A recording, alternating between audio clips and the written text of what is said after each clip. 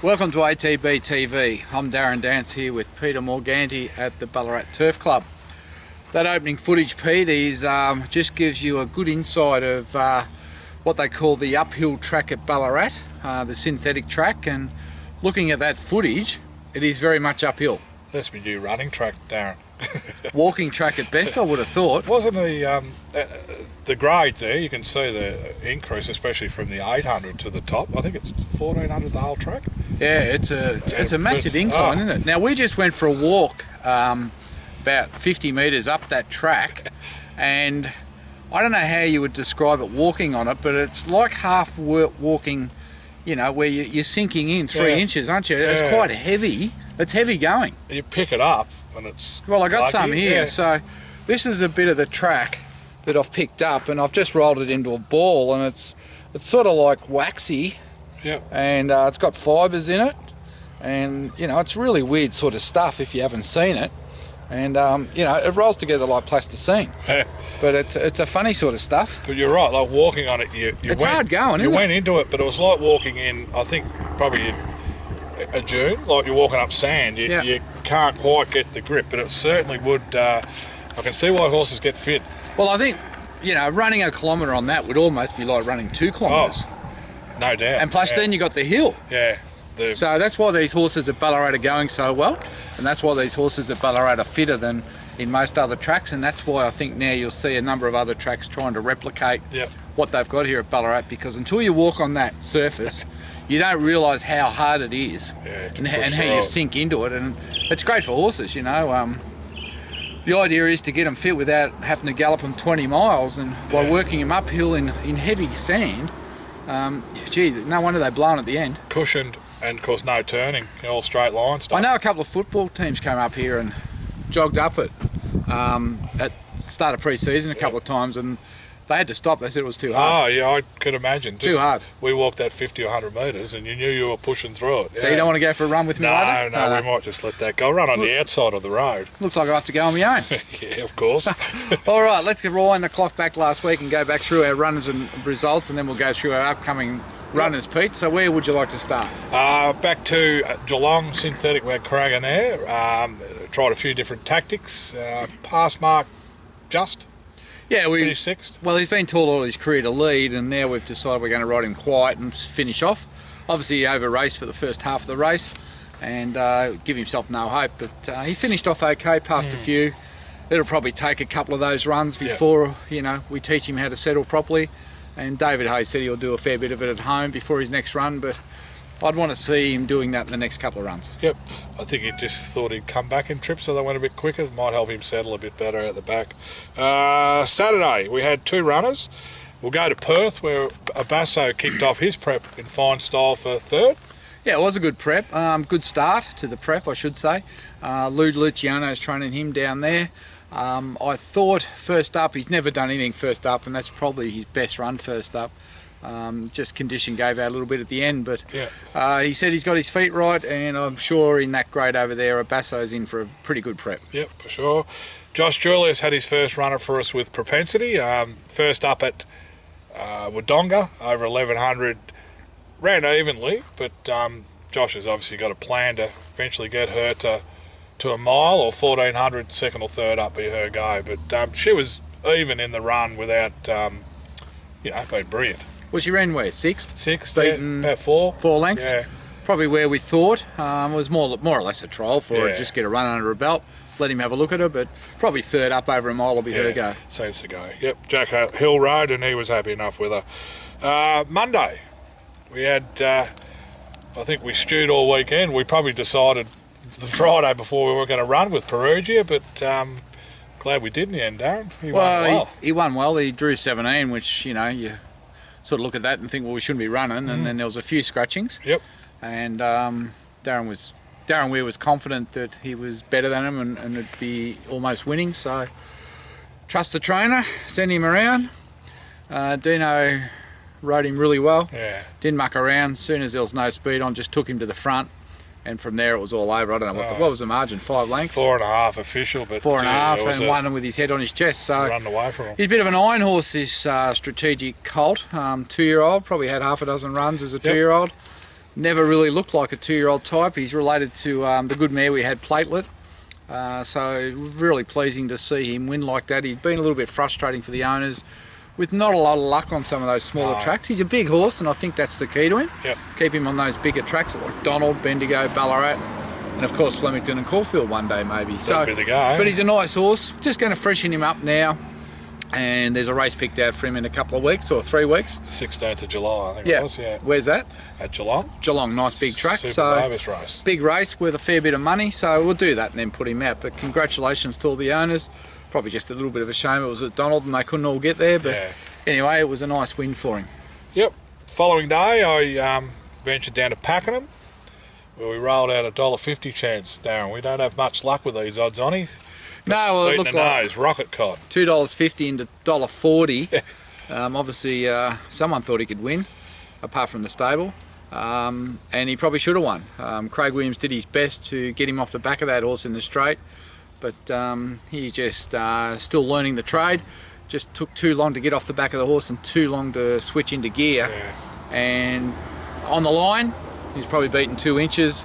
One more bound he wins, but still a maiden. So he's on the right track, and I'm sure these all 2 hard breeds, they just seem to take a bit of time for it to click in, and hopefully he can be winning soon and put him out and get him going as a 3-year-old. 3-year-old, yep.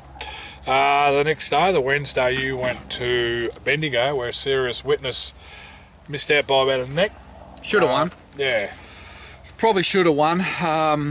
Late rider change there due to an injury with the jock. Got beat probably quarter of a length in the end. Yep. Loomed up and levelled up with 50 to go and was on the inside rail. I actually walked that track with Craig Williams before that race, and we both agreed the rail was off and you had to be, you know, at least 1 horse out to 6 horses out off the fence. And Craig followed that on his horse and won, and unfortunately we couldn't get the run in that lane and we had to duck back to the fence, and I'm sure that cost her the win. Yeah. But Archie Alexander's done a good job with her, and I thought, you know, she was brave in defeat, and she's gonna win a couple of those sort of races over the next month or 2, I would have thought. She can certainly stay. Yep. Today, as we stand here, about an hour ago, Pressing Matters didn't have a lot of luck in finishing 4th. 3rd start over 2,000 at Wangaratta. Yeah, he's only a babe. He learnt his trade, and you know he ran 4th there in a high weight with Johnny Allen. Johnny tried to peel him out on the corner, and the rider on his outside was having none of that, so shoved him back in, and he had to sort of try and pick through. Got beat 1.1 lengths. Wasn't a bad run. Look, he's a work in progress. He'd probably get better as he gets older. It's only his first prep, and he's just an improving type. I would have thought anywhere he goes now, he's a winning chance. Yep, for sure. So that's all our runners. So we had a winner, a couple of seconds, a 3rd and 4th, so they all ran well. All around the money. Yeah, and some are there ready to win again, or win, not again. Yep.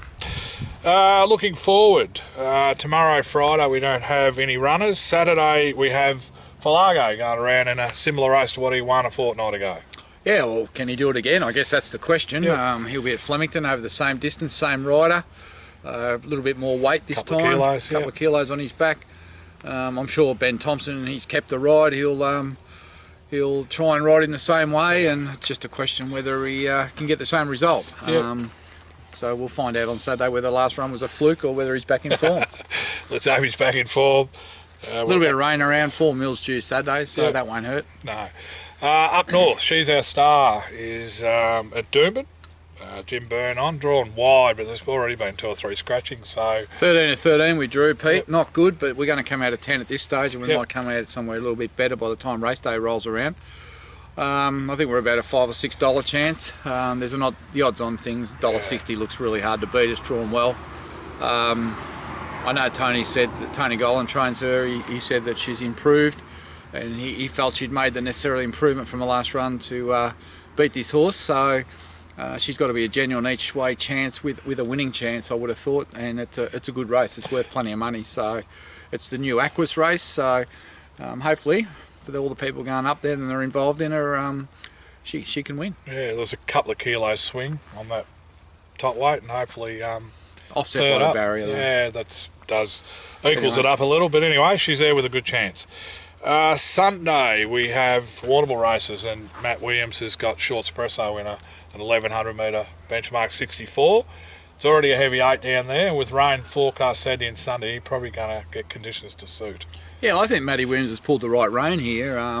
He sort of had him in a few spots, and as you know, we've had a very dry June with only about 4 or 5 mils for the month, and then rain forecast Saturday. So I think, you know, being patient and just waiting for the right tracks. Yeah. This horse doesn't go any good unless it's on the real heavy. He certainly gets his conditions on Sunday. Don't know what the field's like, but you'd think with luck in running on that ground, you know, on his first up run, he's got to be a real chance here. He's raced well there before and did first up at the Carnival, so you would think the race may be a little weaker. Third up, good chance. That's Sunday. Monday's at Chuka, where we'll have no runners. Day off, but Matoa will have 3. On Tuesday? Yeah, we'll have a maiden performing Ready Cash having her first up. First up, debut. Well, you've seen a trial? Trialled okay, yeah, it has improved. I think that's, if you get them to the trials, you'd like to see them improve. She had a trial this morning where she finished 4th, but it was more a maintenance trial than, you know, one to see what she's got in the petrol tank. And I thought she trialled okay. She'll go to a 1200 metre race, more than likely an affected track. Bred to be a wet tracker. Yeah. I would have thought she'd need the run first up. Yep. But anyway, at least we've got her to the track, and like Weary said, you know, we'll know more in 2 or 3 runs. Also there, we'll have Reigning Meteor from Matt Williams' stable and Equieto from the Darren Weir stable, potentially contesting the same race, an 1100 metre benchmark 64, 1200 metre benchmark 64, should I say. Well, we won't be running Equieto if it's a wet track. No. He'll be coming out. He's only a dry track horse. We've not had much luck. Had 4 mils of rain in July and we haven't been able to find a good track for him. So I don't know how that works, but anyway, I'm tempted to put him in the paddock and bring him back over summer, but I'd just like to see him pull out a good run before we do so. Yeah. So if it's not a good track there, he won't be going. The other horse, well, he needs a heavy. he wants it wet, and once again, Matthew's just been dodging around trying to get the right conditions for him to get him back into form, and then we can aim a little bit higher than Matoa with Reigning Meteor. Yep. But you'd think if he went there and got the right conditions with the right run, he'd just win. Well, he'd want to nearly be winning. Well, he's midweek city class, so he should be winning there. Yep. So that's there. Wednesday, we have a couple of interesting runners. We have Yogi back in a benchmark 70, where he is a 70 rider, so he'll be carrying top weight of 60. Craig Williams to stay on, 1800, an extra 200. Yeah, well, he's not ready. Darren Weir said he's not ready for the 2000. Yep. Needed the 1800. Look, this horse has obviously got a lot of ability, but he still needs to learn how to be a racehorse. He's still sort of dropping the bit and picking the bit up and out the back, and you get away with it in a 64 or a 70. You won't get away with it in a 90, so we've got to teach him how to race. So we're just going to pick him through his grades, and hopefully he learns how to race a bit better each time. It's going to be interesting, Peter, to see whether you go with your old mate Dean Yendall or you leave him off and put Williams back on. Craig Williams is booked. Craig Williams you've gone with. The stable booked Craig Williams. You've booked him, haven't you? Geez, Yendall, I'm sorry, mate. Disappointing. Dino. Dino, you take him what you want, mate. Anyway, that's what happens when you go on holidays, I suppose. It's a tough one. Either rider would have done. The season's over in 5 weeks. Williams won't be ringing us again. No, Yogi's in. He's in a 70 with 60 kilos. It's a hard ask, but being a benchmark 70, you'd think he's probably better than him with the right run. Yeah, exactly. And hopefully he can go 2 in a row. Yep. We've also got Tintaglio out to 2400. Looking forward to this because she's got a good record at Sandown over 2400, and her run at Swan Hill was really, really full of merit. The track was probably a bit firm for her, but to finish up so close there and travel the way she did, Archie Alexander's doing a good job. Yeah. He's doing a really good job. So looking forward to seeing her go around at Sandown on Wednesday. Yep. And, you know, if there's a little bit of rain around and she gets the right sort of run and she's in the right mood, she's an each way chance. That's where our 2 city wins have been. So, yeah, we're looking forward to that. Also that night, back to France, we've got Seismos. Back, similar condition race as what he won there 2 weeks ago. Yeah, well, I guess I said it before, we're going to find out if the last start was a fluke or not. So he's back into a claimer in France and similar sort of field, similar sort of chance. So, you know, with his confidence up off a last start win, can he do it again? And we've got a couple in this boat, haven't we? A couple of timers running around, Falago, Seismos. Could be his last run for us. Yeah, he could get claimed. Probably will get claimed, I suppose. But let's hope he wins on the back of that. Be good if he did. I'll go to Thursday. We'll have Silver Stratum in a mile race at Ballarat. Back to Ballarat, is it? Yeah, back to Ballarat. Starting at the mile. Hopefully, the weather helps him. We need some rain. Yeah, Weary's still comfortable that he can win at a mile at this stage without having to push him out. And we've also got Stringer Bell, who wants to give him one more 1,200 metre race to top him right off fitness-wise before potentially pushing out to the 14. So yeah, interesting that one. Let's go back to Silver Stratum. It was a nice run here at Ballarat the other day. Brad didn't have a lot of luck. He couldn't really get out into the lane he wanted to get out into. The outside horse made sure he didn't.